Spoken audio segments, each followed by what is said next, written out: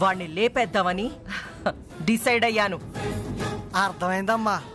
ఇప్పుడు మేమిద్దరం వెళ్ళిపోయి ఆ లాయర్ గారిని కస్సా కస్సా కస్సా అని పొడిసేయాలి, అంతే కదమ్మా? పొడిసేటప్పుడు కసా కసా కసా అని అనకపోయినా పర్లేదు గాని ఆయన మాత్రం చంపేయాలి. అవునరా, మీరేం చేస్తారంటే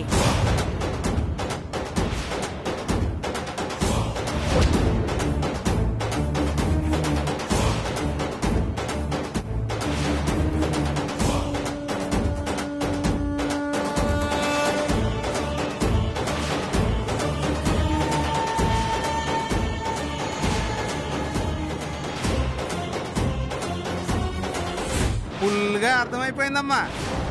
లోపలికెళ్ళి ఆయన మూట కట్టేసి ఆ మూట తీసుకెళ్లి ఊరు చివరనున్న చెరువులో పడేయాలి. దిక్కులేని శవంలాగా పోలీసులు కేసు రాసుకోవాలి, అంతే కదా? కరెక్ట్ గా చెప్పావురా పులి. చూడు, ఇంట్లో చిట్టెముంది. ఆ లాయర్ గాడిని తీసుకెళ్తున్న విషయం కానీ చంపేస్తున్న విషయం కానీ చిట్టీకి తెలియకూడదు. పొరపాటును తెలిసిందో మనకే ప్రమాదం. ఆ రాక్షసి గురించి చెప్పకుండా మా తల్లి, రాత్రి కల్లోకొత్తేనే చలి జ్వరంతో వణికిపోయాను. ఏడ్చావు. ఆడదానికి భయపడేవాడివి నువ్వే మగాడివిరా. మీరు మాత్రం ఆవిడ చూసి భయపడటం లేదా ఏంటి? సర్లే, ముందెళ్ళి ఆ లాయర్ సంగతి చూడండి. అలాగేనమ్మా. కోడిగా పాదరా. పద బావా.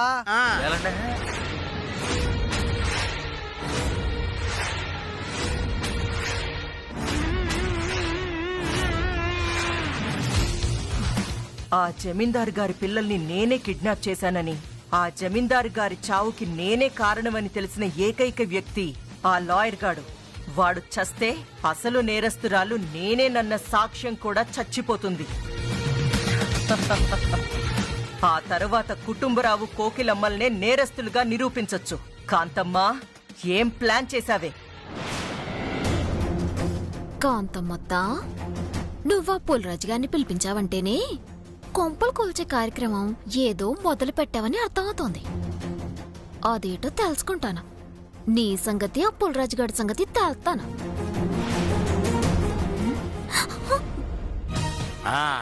అదన్న మాట కోకిలమ్మా.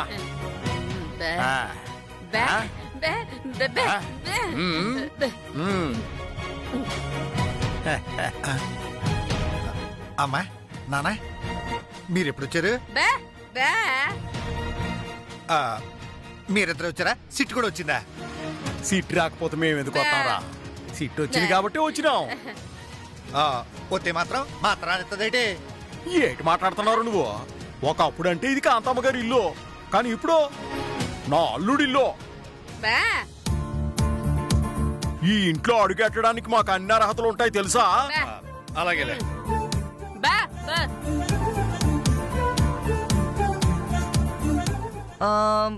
ఏం మాట్లాడుతున్నావు కుటుంబరావు అన్నయ్య? ఈ ఇంట్లో అడుగు పెట్టడానికి నీకు అన్ని అర్హతలు ఉన్నాయా?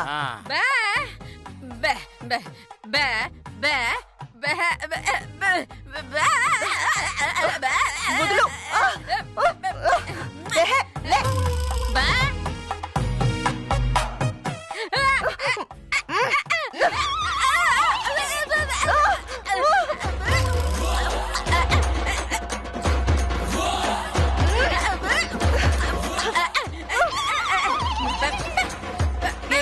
నీ బెబ్బే గొడవ ఆపవే భాస్కర్. నీ అమ్మ ఏమంటుంది? ఇప్పుడు మీరిద్దరు ఏప్రాలు కదా, మీరిద్దరు సమానం. చిచ్చి, నా బతుకు నాశనమైపోను. నీకు బియ్యపురాలనైనందుకు నా కర్మే, నా కర్మ.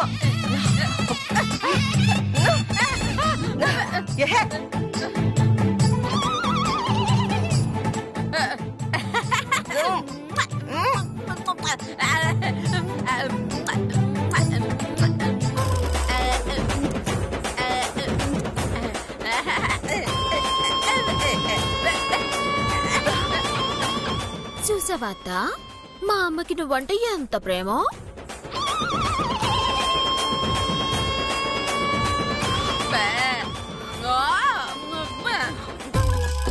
మళ్ళీ ఏమంటుంది?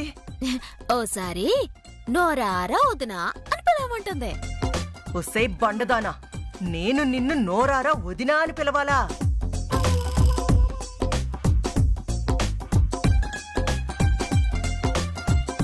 వదినా,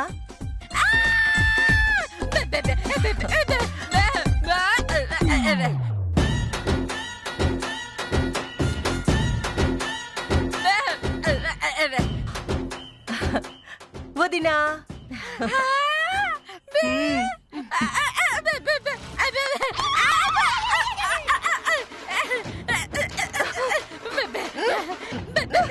వదిలో.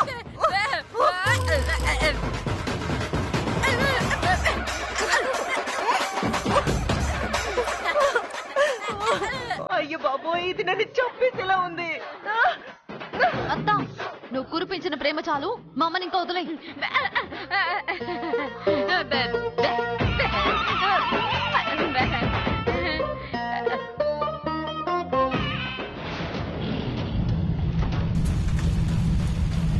రేయ్, ఎక్కడ్రా కాంతమ్మ? ఎక్కడ్రా మీ కాంతమ్మ? నువ్వు ఆగరా ముసలి నాయాలా. నువ్వు ఇప్పుడు అడగాల్సింది కాంతమ్మ ఎక్కడా, కాంతమ్మ ఎక్కడా అని కాదురా, యమలోకం ఎక్కడా, యమలోకం ఎక్కడా అని అడగాలి. ఎందుకంటే నువ్వు ఇప్పుడు కలుసుకోబోతుంది ఆ యముండే కదరా. అంటే అంటే నన్ను చంపేస్తున్నారా? ఏ ఊర్రా నీది? చంపకుండా యముడి దగ్గరికి ఎట్టా వెళ్తావురా? ఓరి కోడిగా ఇంకా సూత్తావేట్రా? వీడి బుర్ర మీద కన్నం పెట్టేయి. అట్టగే బావా.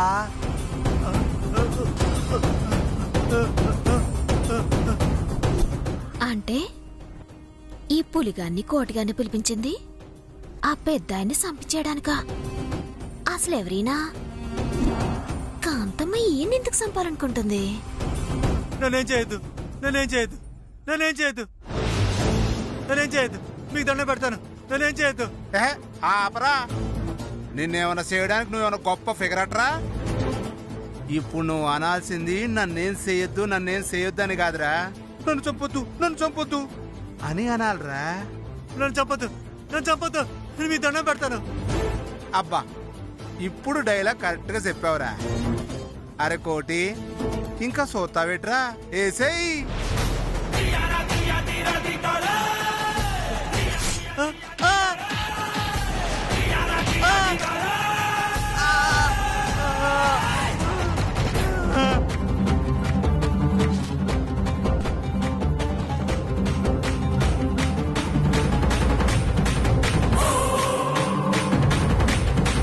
ఊరి రాక్షసులారా, ఎంత పని చేశారా?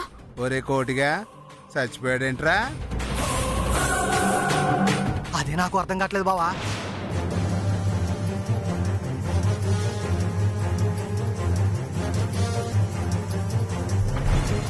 ఇంకా సావలేదు బావా. నిజమేలేరా, నువ్వు కొడితే ఈగలు దోమలే సావు. ఇంత పెద్ద ముసలోడు ఎలా చస్తాడ్రా? ముందు ఈడ్ని మూడ కట్టడానికి చూడు. అట్టగే బావా.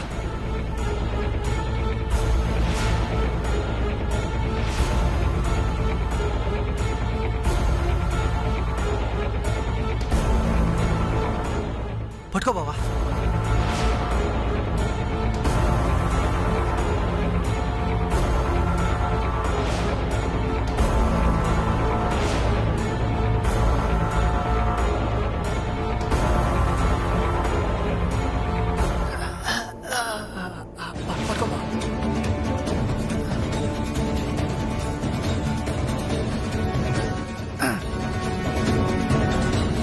కాంతమ్మ పని కట్టుకుని మరీ ఈ అన్నింటికి తీసుకొచ్చి చంపాలనుకుందంటే దీని వెనకాల ఏదో పెద్ద కారణమే ఉండుంటుంది.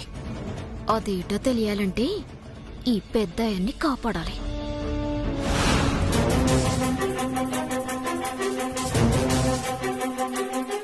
ఒరే కోటి, ఈ లాయర్ గాని లేపి నా భుజం మీద ఎట్రా. అట్టగే బావా. ఇదిగో లాయర్ గారు, ఇదిగో లాయర్ గారు. ఒరే, ఏడ్చేస్తున్నారా?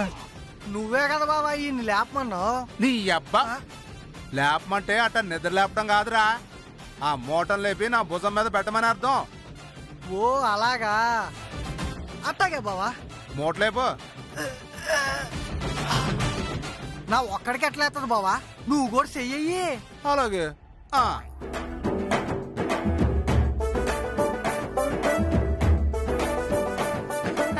అర్థమైంది అర్థమైంది అర్థమైంది. మోట్లే పట్టుకో.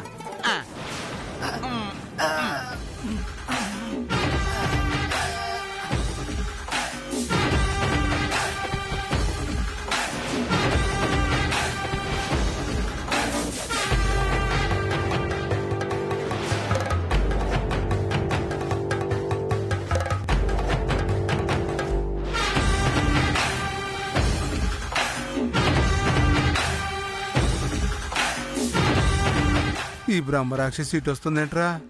అదే నాకు అర్థం కావట్లేదు బావా. ఇది ఉందని తెలిస్తే రాకుండా ఉండేవాళ్ళం. ఇలాంటి సమయంలోనే మనం చాలా ధైర్యంగా ఉండాలి. నువ్వు భయపడమాక, నన్ను భయపెట్టమాక. అలాగే బావా.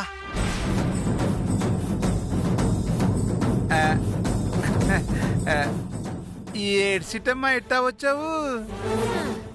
ఆ మాట అడగాల్సింది నేన్రా, నువ్వేట్రా డైరెక్ట్ గా గదిలోకి వచ్చేసావు? ఏట్లే సిట్టమ్మా, కాంతమ్మ గారు ఇంట్లో ఉన్న పాత సామాన్లన్నీ మూట కట్టుకుని ఊరు చివరన పడేయమన్నారు, అందుకే వచ్చాం. ఓహో, అయితే ఆ మూటలో ఉన్నాయండి పాత సామాన్లా?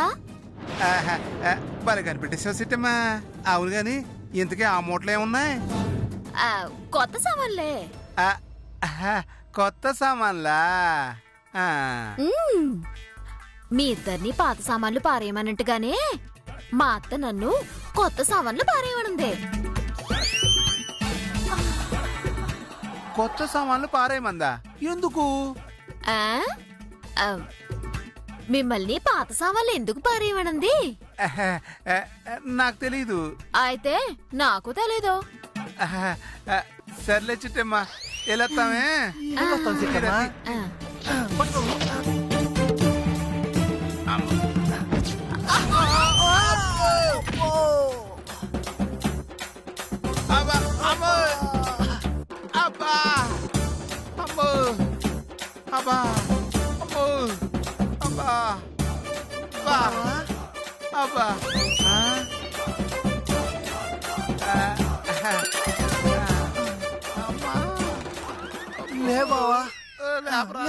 లే బావా, ఎట్టపడ్డాము. అబ్బా పద అమ్మా. అబ్బా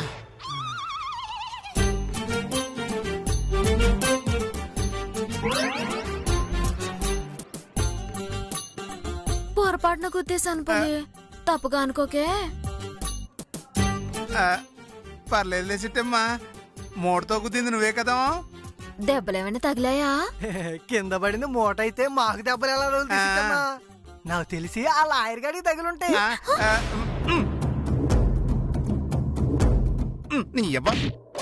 అబ్బా,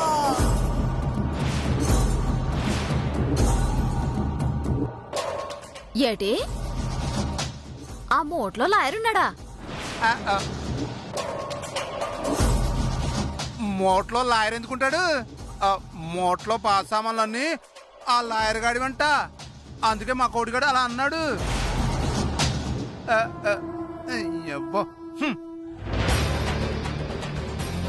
ఓహో అలాగా. సర్లేబా, ఇప్పటికే చాలా ఆలస్యమైపోయింది. ఇదిగో మీ మూట మీరు అట్టుకెళ్ళండి, నా మూట నేను అట్టుకెళ్తాను.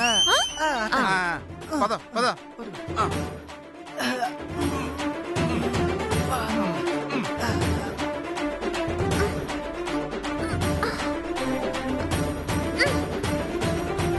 అయ్యో బాబాయ్.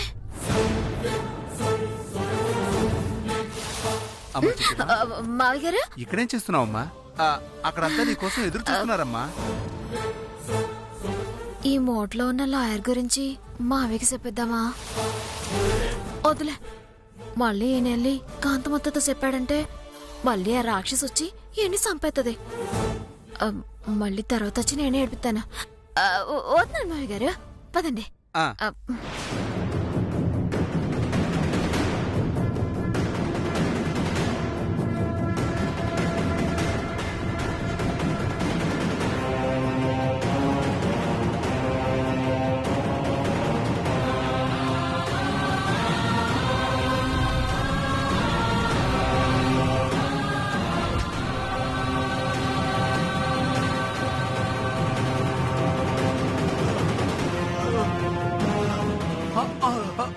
లాయర్ గారు లాయర్ గారు లాయర్ గారు లాయర్ గారు లాయర్ గారు లాయర్ గారు నీళ్ళు ఎక్కడున్నాయి?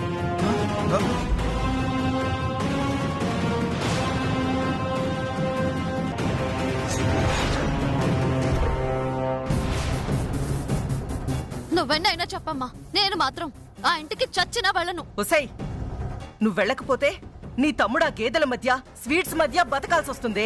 అందుకని నన్ను నా మొగుణ్ణి ఆ బర్రెల మధ్యకి ఆ స్వీట్ల మధ్యకి నెట్టేస్తావా? అంటే నీకు కూతురు కన్నా నీ కొడుకు ఎక్కువైపోయాడా?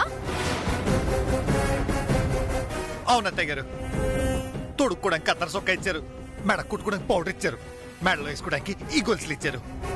మళ్ళీ ఆ ఇంటికి వెళ్ళి ఆ గేతుల మధ్యన పడేస్తే కాంతమ్మ గారు అల్లుడు పేడెత్తుకుంటున్నాడు ఏంటి అనుకుంటారండి. ఏ, నీకు పేడెత్తడం ఏమైనా కొత్త? కానీ నా కొడుకలా కాదు, యువరాజులాగా బతికాడు. అలాంటి వాడు ఆ గేదెల మధ్య ఎలా బతుకుతాడు? మాకనవసరం, మేం మాత్రం చచ్చిన ఆ ఇంటికి వెళ్ళం. ఒకవేళ వెళ్ళాలి అని బయటికి పంపించారంటే నేను నా మొగుడు జీవితంలో మా మొహాలు నీకు చూపించం. అంత మాటలు ఎందుకు లేవే? అయినా నేనేమన్నా శాశ్వతంగా వెళ్ళిపోమన్నానా? ఏదో వారం రోజులక్కడుండి వాళ్ళని నమ్మించి ఆ తర్వాత వచ్చేయండి. ఈ డామాలని మా వాళ్ళ దగ్గర నడవండి. ఓ పాలు వెళ్ళి ఆ ఇంట్లో అడుగు పెట్టి మళ్ళీ వచ్చామే అనుకోండి, మా చెల్లి మీ కొడుకుని తీసుకుని మళ్ళీ వెళ్ళిపోతాయి. ఈ జంజాటం అంతా మనకు అవసరమా చెప్పండి? మరిప్పుడు ఏం చేద్దాం? అమ్మా, నీ భయం అంతా చిట్టమ్మకి తమ్ముడికి శోభనం అయిపోతుందనే కదా? అవునే, ఆ శోభనం జరగకుండా నేను ఆపుతాను.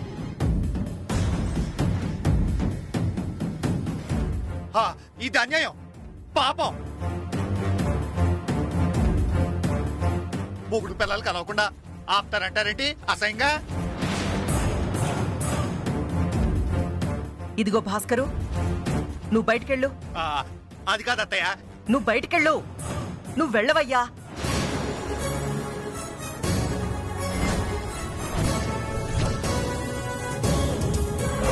చెప్పు నీలు, చిట్టెమ్మకి మన రవిచంద్రకి శోభనం జరగకుండా ఆపుతావా?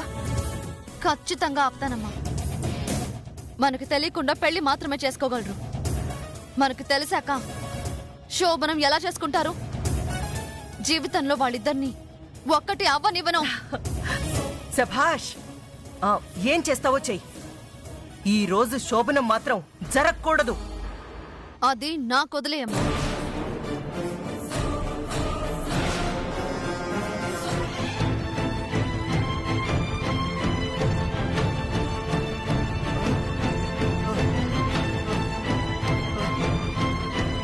లాయర్ గారు లేవండి.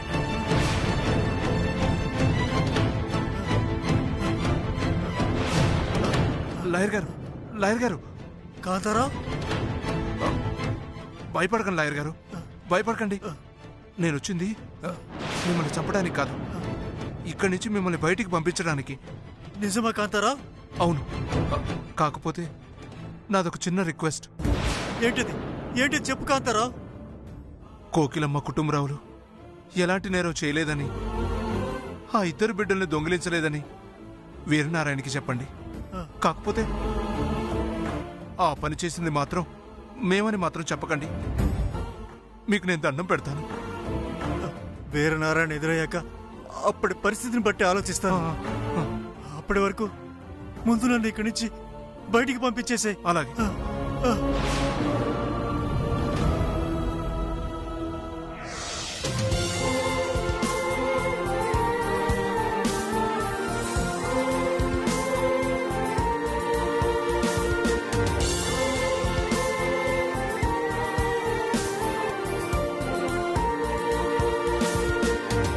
ఈ గొడవలన్నీ లేకుండా ఎంచక్క నువ్వు ఇక్కడే ఉండిపోవచ్చు కదక్కా. ఎందుకు? ఏమో తెలియదక్కా, నిన్ను చూస్తుంటే ఏదో తెలియని ఆనందం.